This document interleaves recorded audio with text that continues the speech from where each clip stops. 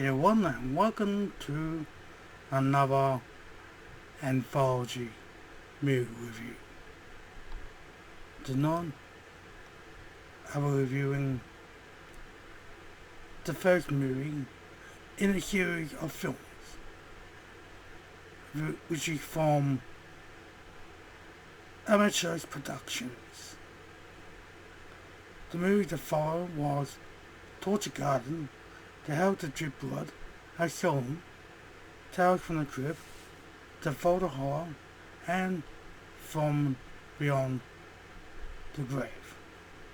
And called the first movie is a series of 5 stories in this anthology movie, which is from 1965, and which is Dr. Terry's Alcohol Horrors.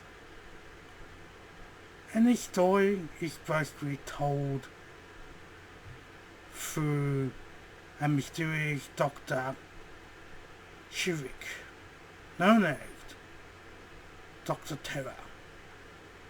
He draws, tarot cards. All 5 men who boarded this train. So basically, the movie starts with 5 men get on this train, and he basically, each person wants their fortune told, what their future will bring. And the interesting part comes to the end of the movie. That we won't be told, in case you want to watch the movie yourself. First person who wanted the fortune told was Mill McCool, who plays an architect, Jim Dawson, who returned home to his family home on the Scottish Isle to make renovations for the new owner, Miss Biddulph, Lucia Hells. Biddulph explained she brought the scooter home to help her recover from the death of her husband. Dawson found the coffin of Count Cosmo Baldmore behind a fake wall in the cellar. Baldmore, the original owner of the house, was killed in a conflict with the Dawson's family centuries ago. Local legends state that Baldmore would reclaim his home and take revenge on the current owner. Dawson discovers that the Baldmore is rising at the night as a werewolf, and has already killed a housemate, Katie Wild. Believing Miss Biddulph to be in danger, he makes silver bolts and an ancestor cross that protect the house against the Baldmore spirit. When the werewolf appears, Dawson is baffled that the bolts don't kill it. Miss Biddulph explains that she has replaced this silver bolt with ordinary ones. She reveals to Dawson that the truth of the legend is that the Baldmore will take revenge on the last descendant of the Dawson clan, and placing a Dawson corpse in Baldmore's coffin will restore Baldmore to life in human form. It will all Trav. Biddulph is Baldmore's wife, who has returned from the grave after 200 years. Well, what can I say for this? The cast: Neil McCorm, Ursula Howells, Bill Madden, Kathy Wilde, Edward Underturn, Underdown, sorry. You know, very well in this film. They all play their parts of the story very well. Particularly Neil McCorm. Great twist at the end. I didn't see it coming. I mean, someone comes out of the coffin.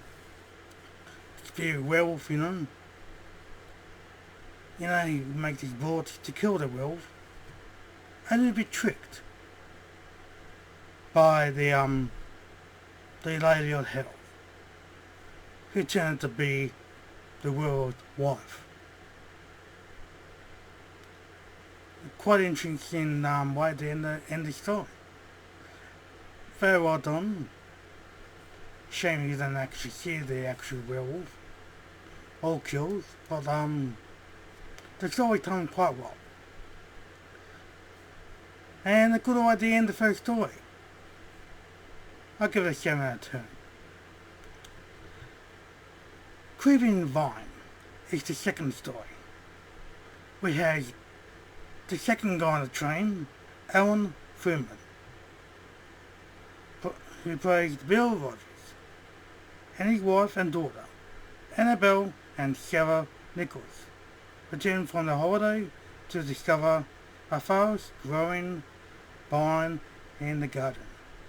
When the plant seemed to respond finally to attempt to cut down, Rogers goes to the Ministry of Defense, where he gets advice from a couple of scientists, played by Bernard Lee and Jeremy Kemp.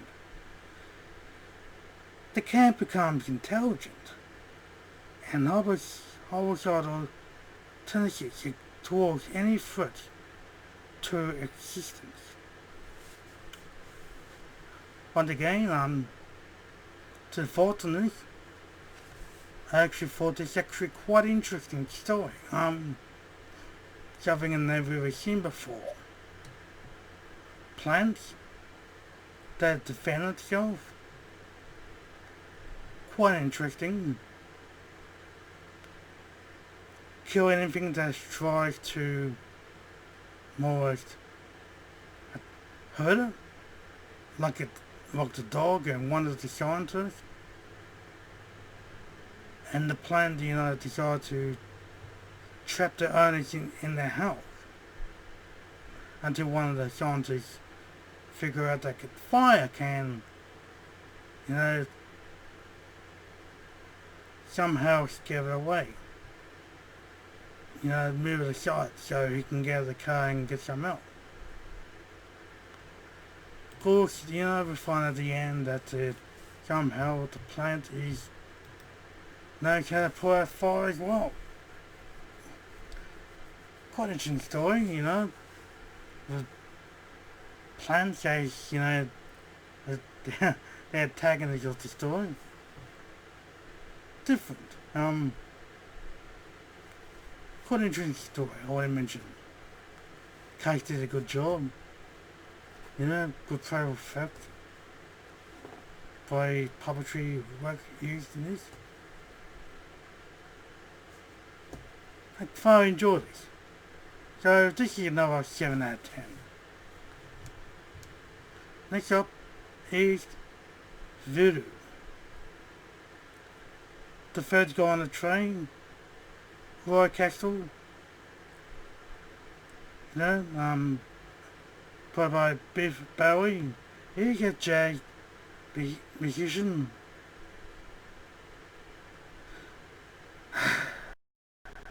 Accept a gig in the West Indies. Unfortunately, steals a tune from local fiddle ceremony. When he tries to use the tunes as a melody in a jazz compositions back in London, there are dire consequences. Running from an unknown force. Barry stumbles against a wall where there is a ghost poster of Dr. Terry's House of Horrors. The story is probably based on the short story Papa Benjamin by Cornell Woolrich, which was also adapted by the television series Thriller and radio series Spins. The quintet of British jazz suffers Tumble Hayes appeared as Bowie Bacon Band.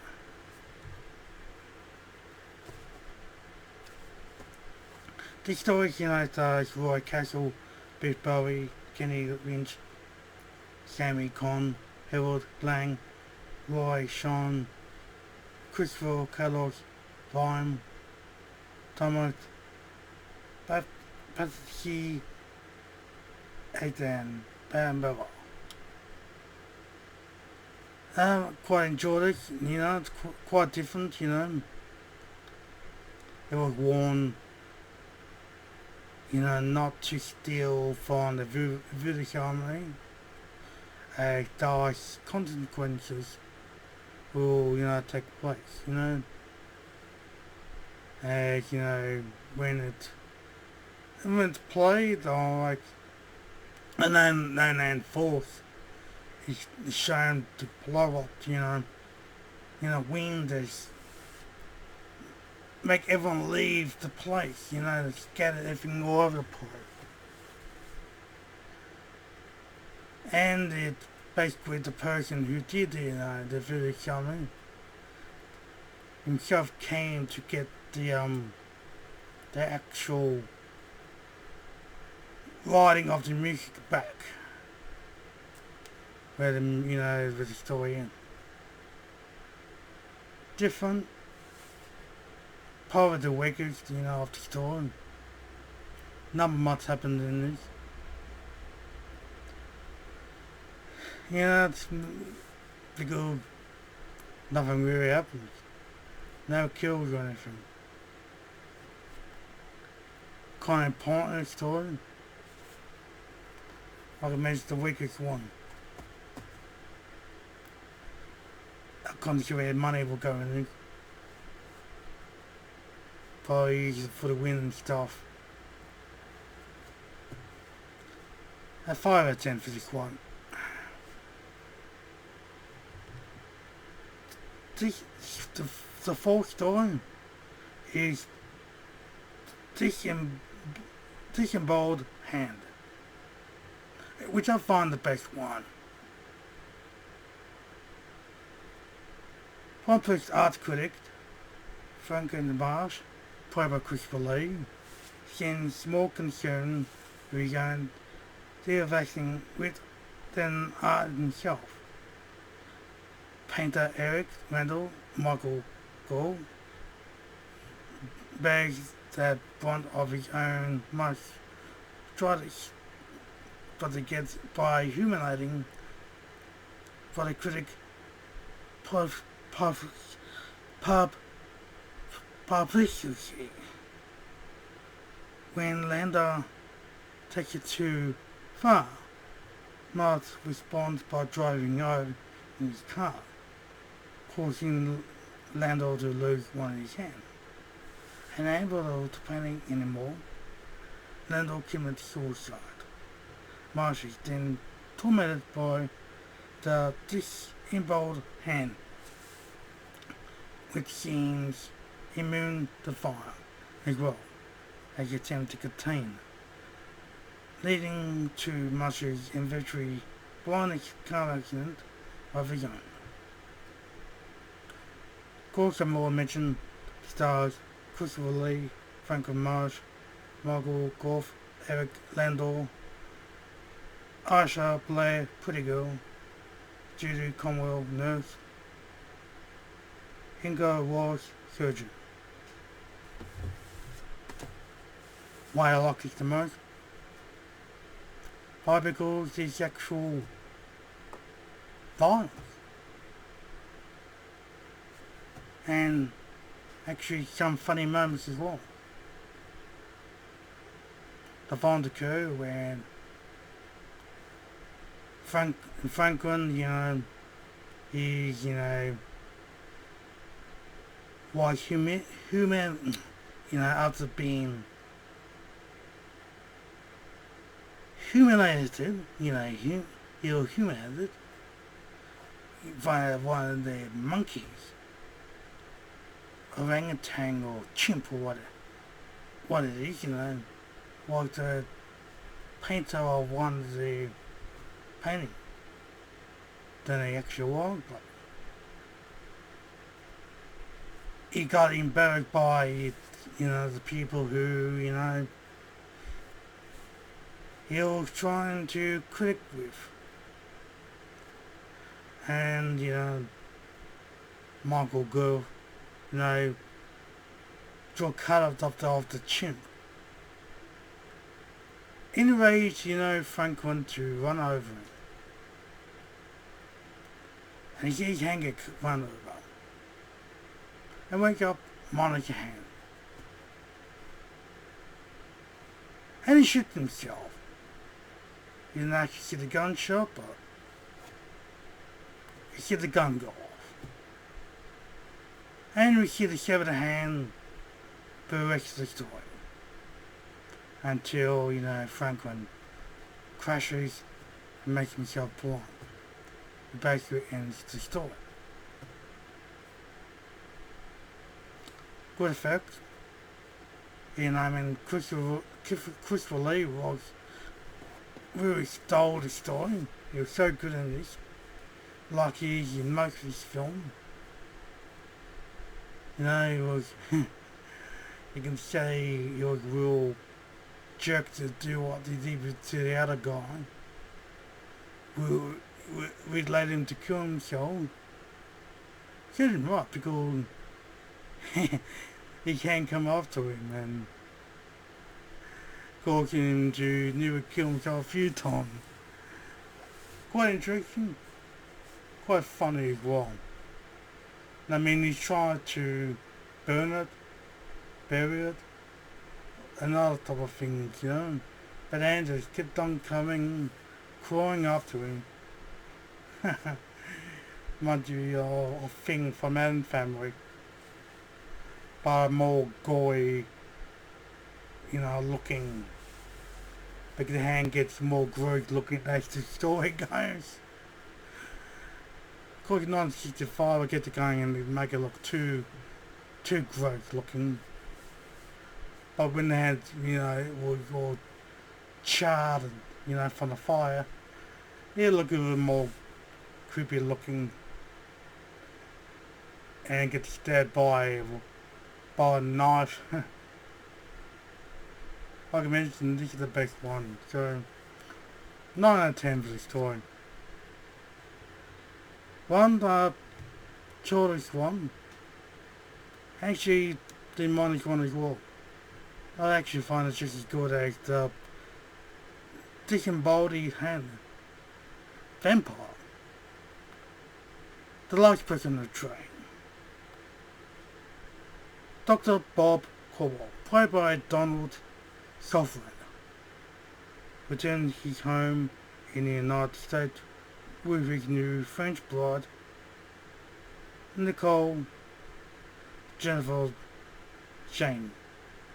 Soon they get evidence that a vampire is on the loose, and Cole seeks the aid of a colleague, Dr. Blake Max Adrian, to find that Nicole is a vampire. Following Blake's advice, Cole kills Nicole. When the police come to his call for his wife murder, Blake denies giving any such advice.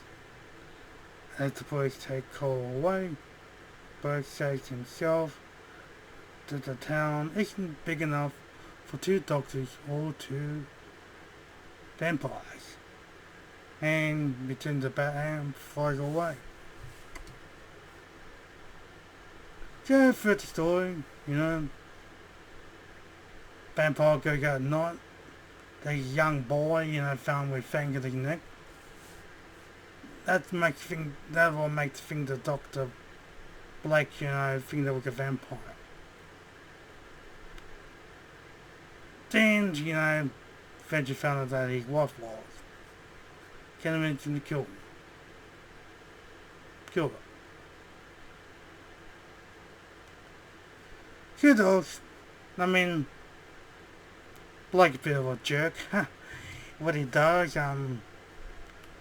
deny everything, arresting the doctor, because you mentioned at the end, gonna have 2 doctors and 2 vampires.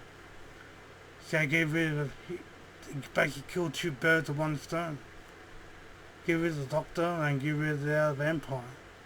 So he can't be the only vampire that goes around and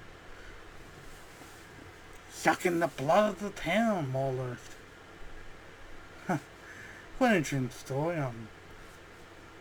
Dr. Sovereign, Donald Sovereign was very good in this. And the rest of the cast,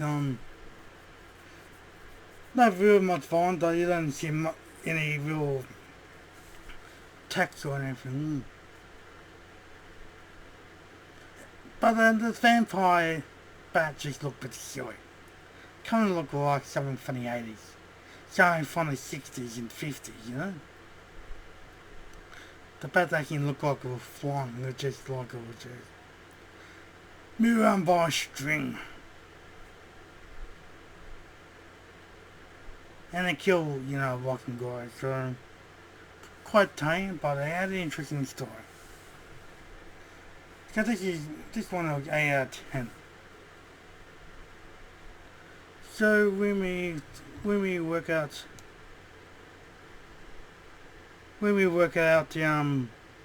what I think. Okay, first of all, I don't know this, first time I actually watched this, I wouldn't mind tracking this down to add to my 1960 horror movie. Would I recommend it? Well, it's a really good anthology movie. Highly recommend it. Now to what I'll give this. Okay, Big Wheel 07, Caribbean Vine was 6, Voodoo was a 5, Disembodied Hand was an 8, Disembodied Hand was a thing gave it a 9, sorry. Vampire was an 8. And the ending was quite interesting, the epilogue. The friend story ends with a twist, and you find that there was a train crash, and those guys will talk to the Doctor Terror or died, because the final card he didn't show him was the death card. So good about the ending, so that was a 9. So, well, I'll give it a high 9 out of 10. Actually, quite enjoyed it. So, yeah, you like this review? I'd like to hear your thoughts. Don't make it even too long. I'd like to know. I like this style I'm doing with these anthology movies. Let me know. And I just wish everyone to keep safe, take care, and if you're new to my channel, like, comment, and subscribe. Catch you all later. Bye for now.